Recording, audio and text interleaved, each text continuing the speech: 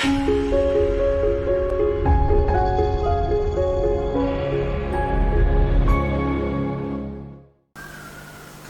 can you spot a rogue electrician, and how can you reduce your risk of employing one?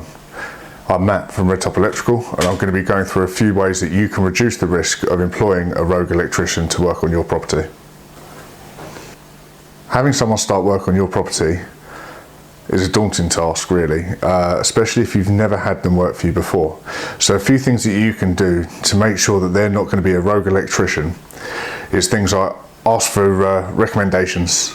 Most electricians that are good at what they do, they have recommendations, and a lot of their work comes from recommendations. They should have customers that are happy to recommend them. Another thing you can do is check their accreditations. Companies such as the NIC, EIC, which I'm accredited with. These are good things to have as well as an electrician, purely because we get checked once a year. So we have our annual check. We have somebody making sure that we are working to a high standard. Another thing is quotations. Make sure that everything's quoted in writing. Make sure that everything's been written down and that they're being very transparent with you about what they can do, what they are going to do. And also, don't be put off if someone says, no, we can't do that because it's against regulations. The thing is, regulations are there to keep you safe. So we have to work to the regulations to make sure that everything's okay for you. Another thing is people sort of giving you all the, what I'd like to say, sparky jargon, and what they do is they sort of baffle you with a lot of different terms that they know that you're not going to understand, but it makes them sound clever. How I work with my customers is, if I feel that you don't understand it, I'll break it down.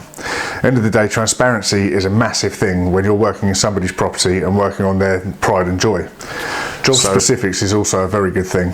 Being very specific about what you want and having them being very specific about what they can actually offer you. This is always very good. If someone's very vague about things, it's a bit of a warning sign. It throws up a few red flags in the sense of that they're trying to sort of pull the wool over your eyes. They're not being completely honest about what they can offer you and what they will do for you. Doing it cheaper for cash. This doesn't exist in the world of being a reputable electrician. Doing things cheaper for cash means that you're a bit of a ghost. You were never there. That you never really existed, and they probably won't give you the certification you need either. On the note of certification, make sure that you've seen their public liability certificate as well. Make sure that they've got adequate cover for being in your property and working on your property. And the other thing being is certification for the work that they do. Is you've got minor work certificates for smaller jobs, and then you've got new installation certificates for exactly what it says on the tin, new installations, things like fuse boards and new circuits. That's all notifiable works. So below this video I'll put a link to my website, where I've got the terms of the Electrical Safety Council to see how you can spot a rogue electrician. So if you like what you see in this video, like and subscribe, and I'll see you in the next one.